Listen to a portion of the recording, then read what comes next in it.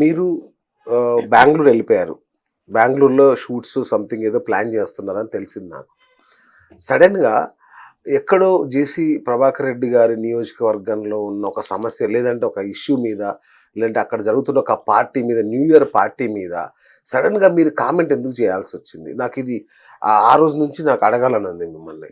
No it's not that. Madhavilatha 365 days social మీడియాలో active గానే ఉంటుంది. Of course. సో ఆఫ్ గా ఉండింది చాలా తక్కువ. అవును. నాకు వచ్చినవి, నాకు నచ్చినవి, నాకు అనిపించినవి ప్రతి ఒక్కటి అవేర్నెస్ వీడియో అవ్వచ్చు, కృష్ణకి రిలేటెడ్ అవ్వచ్చు, అవును. సొసైటీ ఇష్యూస్ అవ్వచ్చు, పాలిటిక్స్ అవ్వచ్చు. నాకు Okay. ఇష్టం ఉన్న ప్రతి సబ్జెక్ట్ మీద నేను మాట్లాడుతూనే ఉన్నా. And past from 6 months voice of Madhavilatha ఛానల్లో నేను చాలా దేశానికి సంబంధించింది, హిందూ ధర్మానికి సంబంధించింది, రాజకీయ పార్టీకి సంబంధించిన ప్రతి అంశం మీద నేను చాలా మంచి వీడియోలు కూడా చేస్తూ వస్తున్నా. So I'm Okay. Very active. Okay. So ఆ సందర్భంగానే 31st దానికి సంబంధించి తాడిపత్రికి సంబంధించి ఒక వీడియో చేసా. ఆడపిల్లలు అర్ధరాత్రులు ఎక్కువగా తిరగొద్దని చెప్పేసి ఇంకో వీడియో కూడా 2 వీడియోలు చేశా సేమ్ డేనే. రైట్. అది యాక్చువల్లీ చాలా మంది చూసారు. 2.5 లక్షల మంది అవును, ఎంతో మంది అవును, కూడా చూసారు. అవును, 2 అవును. ఈ తాడిపత్రిది 20,000 మంది చూసారు యాక్చువల్లీ చెప్పాలి అంటే. సో బట్ ఆయన దాన్ని చాలా సీరియస్ గా తీసుకున్నాను. నేను సేఫ్టీ మెజర్స్ అంటే వీడియోనే చేశాను. తాడిపత్రిలో ఆయన ప్రతి సంవత్సరం చేస్తాడు ఆ ఈవెంట్, రైట్? గతంలో ఎప్పుడన్నా అలాంటి సంఘటన జరిగినట్టు మీ దృష్టికి ఏమన్నా నో వచ్చిందా? It's not that. ఇప్పుడు ప్రతి లాస్ట్ ఇయర్ చేశారో లేదో నాకు తెలియదు. ఓకే. నేను జనరల్ గా నా దృష్టికి వచ్చిన, అందుకే చాలా క్లియర్, నా దృష్టికి ప్రతి ఇది రావాలని లేదు. Of course. సో ఈ లెక్కన కూర్చుంటే నాకు 300-400 ఏళ్ళు బతకాలి మనం అవును.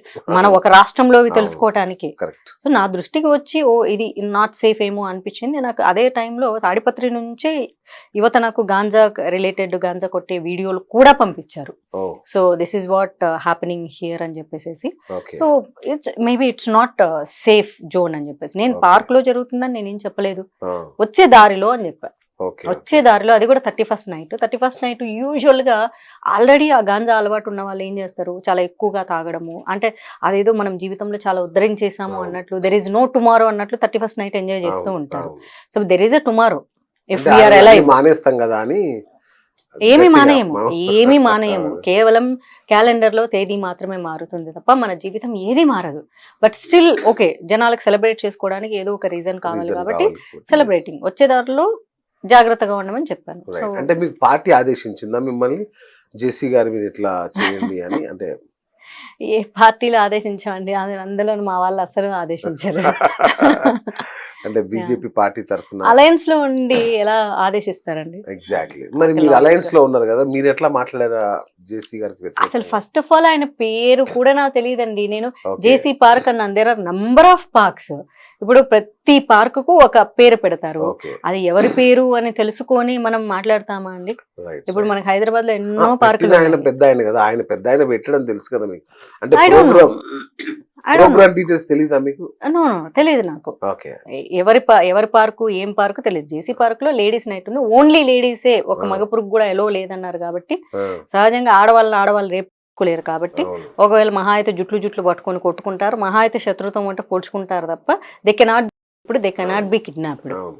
కాబట్టి అది ఏది జరగాలన్నా ఒక అఘాయిత్యం, ఒక మగవాడు ఉండాలి. కాబట్టి ఎవరూ లేరు, ఎవరు రారు అన్నారు. అంటే ఇప్పుడు పార్టీలో ఈవినింగ్ ఎప్పుడో 7 o'clock నుంచి నైట్ 1:30 వరకు అయితే హస్బెండ్స్ అంటే లైక్ ఫాదరు లేకపోతే బ్రదరు బాయ్ ఫ్రెండ్ గేట్ బయట వెయిట్ చేస్తూ అయితే కూర్చోరు కదా. ఈవెన్ వాళ్ళకి ఒక 31st నైట్ ఎక్కడికో వెళ్తారు కదా. అవును. సో వచ్చే దారిలో వాళ్ళకి సేఫ్టీ ఏంటని చేశాను. ఓకే. ఓకే. సో అది ఒక దారుణమైన ఒక టర్న్ తీసుకుంది. నేను తప్పుగా మాట్లాడలేదు. నేను చాలా మంచిగా రాజ్యాంగబద్ధంగా మాట్లాడాను. సో ఇప్పుడే కాదు, నా పీక మీద కత్తి పెట్టి కోసినా సరే నేను తప్పు వీడియో చేశానని నేను యాక్సెప్ట్ చేయను. ఓకే. ఓకే. సో అంటే ఇంటెన్షనల్ గా చేయలేదు మీరు. మీకు ఎలాంటి రాజకీయ దురుద్దేశాలు కానీ, లేదంటే జేసీ గారిని కార్నర్ చేయాలని కానీ, పార్టీ తరఫున బీజేపీ పార్టీ తరఫున మాట్లాడడం కానీ ఇట్లాంటివి ఏం లేదు. అంటే నా అండర్స్టాండింగ్ చెప్తున్నా, ఒక మహిళగా సాటి మహిళలు సేఫ్ గా ఉండాలనే ఉద్దేశంతో మీరు ఆ కామెంట్ చేశారు అంతే. పార్టీ పరంగా చేస్తే కండువ కప్పుకొని బరాబర్ చేసిండేదాన్ని, విత్ నేమ్స్ చెప్పి మరీ చేసిండేదాన్ని. అట్లాంటి పార్టీ బీజేపీ వాళ్ళు త్రో చేసింటే బీజేపీ వాళ్ళని ఇంకా గట్టిగా వేసుకొని తిట్టి మరీ చెప్పిండేదాన్ని. సిగ్గు శరం లేదురా, ఆరెంజ్ కండువ వేసుకొని అర్ధరాత్రి ఆడవాళ్ళకి పార్టీలు ఇస్తున్నారు, మీలాంటి వాళ్ళు బీజేపీలో ఉన్నందుకు పరువు చేయటం మరీ తిట్టేదాన్ని. రైట్. అంటే మీరు గుంటూరులో నుంచి ఎమ్మెల్యే కూడా పోటీ చేశారు, రైట్? సినిమా రంగంలో ఒక 15-20 సినిమాల హీరోయిన్గా చేశారు, చాలా చేశారు. మీకు అంత సీనియారిటీ ఉంది పార్టీలో కానీ ఇక్కడ కానీ. కానీ నాకు అంటే ఆశ్చర్యం అనిపించిన విషయం ఏంటంటే మీ పార్టీ పెద్దలు ఎవరు స్పందించాల, సినీ ఇండస్ట్రీ నుంచి కూడా ఎవరు స్పందించాల. అంటే మాధవీలత ఒంటరి అయిపోయిందా, అంటే మాధవీలత ఎవరికి కాదా, ఎవరికి పట్టదా, ఎవరికి మాధవీలత అంటే గౌరవం లేదా, లేదంటే గుర్తింపు లేదా? Well it's actually good question. ఈ క్వశ్చన్ అడిగిన ప్రతిసారి నేను ఎవడు పట్టించుకుంటే నాకేంటి, ఎవడు పట్టించుకోపోతే నాకేంటి, ఇలాంటి కామెంట్స్ చేసేదాన్ని. అవును. మాధవీలతకి నిజంగానే గుర్తింపు లేకపోతే ఈరోజు నేను మా అసోసియేషన్కి వెళ్తే వాళ్ళు ఎందుకు స్పందించారు, అవును. ఎందుకు కఠినంగా ఖండించారు? Right. మాధవీలతని వాళ్ళు ఓన్ చేసుకోకపోతే ఏ ఈ అమ్మాయి ఎన్నిసార్లు సినిమా ఇండస్ట్రీ మీద ఎన్ని కామెంట్లు చేసింది, కాస్టింగ్ కౌచ్ దగ్గర నుంచి మొదలు పెట్టుకొని మొన్న వరకు సృష్టి శర్మ వరకు ఎన్నెన్ని మాట్లాడింది, ఎంతమంది డైరెక్టర్లను ప్రొడ్యూసర్లను తిట్టేసింది. ఈ అమ్మాయి మనకొద్దు అనుకోలేదే. ఫోన్ చేసిన నెక్స్ట్ మినిట్ రెస్పాండ్ అయ్యారు. ఎందుకు రెస్పాండ్ అయ్యారు? బికాస్ ఇప్పుడు వాళ్ళ వరకు సమస్యను తీసుకెళ్తే రెస్పాండ్ అవుతారు. అంతే తప్ప ప్రతిరోజు మాధవీలత ఈరోజు నీకేం ప్రాబ్లం వచ్చింది చెప్పు సినిమా ఇండస్ట్రీలో, అమ్మ మేము మాట్లాడతామని మా అసోసియేషన్ రాదు. ఓకే. వాళ్ళ దృష్టికి తీసుకెళ్తే స్పందిస్తారు. సో తీసుకెళ్లాను, స్పందించారు. ద మూమెంట్ నేను కాల్ చేసినప్పుడు లాస్ట్ వీకే స్పందించారు. ఈ సంక్రాంతి హాలిడేస్ ఉండడం వల్ల కొంచెం లేట్ అవ్వడం జరిగింది. ఓకే. అలానే నేను పార్టీ వరకు తీసుకెళ్లాను అనుకో, ఖచ్చితంగా స్పందిస్తారు. ఓకే. అండ్ నేను అడగడం కూడా జరిగింది. నేను మీ అమ్మాయిని కాదా అన్నాను ఫోన్ చేసి. కాదని ఎవరన్నారమ్మా అన్నారు. ఎవరిని అడిగారు? నేను అధ్యక్షురాలతో మాట్లాడారా? అధ్యక్షురాలతో మాట్లాడలేదు. తప్పకుండా ఆవిడ దగ్గరికి తీసుకెళ్తా. ఎందుకంటే నేను కూడా కొంచెం మనస్తాపానికి ఉంది. ఎందుకంటే ఆవిడకు కూడా తెలుసు ఏం జరిగింది అన్నది. అవును. తెలుసు ఒక మహిళ ఏంటి, ఒక ట్వీట్ కూడా పెట్టలేదని చెప్పేసి నేను మానసికంగా కొంచెం డిస్టర్బ్ అయి ఉన్నాను. స్పందించి ఉంటే ఆవిడ బాగుండేదని. కాకపోతే అలయన్స్ లో ఉన్న వాళ్ళు, సో కాబట్టి అగైనెస్ట్ వెళ్ళలేక ఆవిడ మౌనంగా ఉన్నారని చెప్పేసి నాకు తెలిసింది. సో నేను పార్టీ ఆంధ్రప్రదేశ్ ఆర్గనైజింగ్ సెక్రటరీతో మాట్లాడడం జరిగింది. బికాజ్ మనకు రాష్ట్రంలో బీజేపీలో ఎలాంటి పోస్టులు పొజిషన్ కావాలన్నా సరే organising secretary as well as president కలిసే పోస్టులు నిర్ణయిస్తారు. అది బీజేపీలో ఉన్నటువంటి ప్రత్యేకత అనమాట. So state president along with organising secretary అన్నది they are the key roles అనమాట. They have the power. So ఒక సిస్టమ్ ప్రకారం నడుస్తుంది బీజేపీ. సో నేను ఒకటే అడిగాను, నేను మీ అమ్మాయిని కాదంటే కాదని ఎవరన్నారమ్మా అన్నారు. సో బీజేపీ హిస్టరీలో నా పేరు తీసేయడం అనేది ఇట్ ఈస్ హైలీ ఇంపాసిబుల్. ఎందుకంటే ఇక్కడ ఎమ్మెల్యేని డిసైడ్ చేసేది స్టేట్ కాదు, క్యాండిడేట్ల అప్లికేషన్ పంపించే వరకు మాత్రమే. ఫైనల్ డెసిషన్ వచ్చేసి అమిత్ షా గారు డిసైడ్ చేస్తారు. సో అమిత్ షా గారు ఫిల్టర్ చేసి వచ్చిన లిస్ట్ లో నా పేరు ఉంది. సో బీజేపీలో ఇట్లాంటి వాళ్ళని ఆడవాళ్ళని తీసుకుంటారు అంటే అమిత్ షా గారి డెసిషన్ ని నేను తప్పుపట్టినట్లే కదా. లోకల్ గా అతనికి బీజేపీ వాళ్ళతో ఉన్న గొడవల కారణంగా మొత్తం ఒక పార్టీని, ఒక వ్యవస్థనే తిట్టాడు.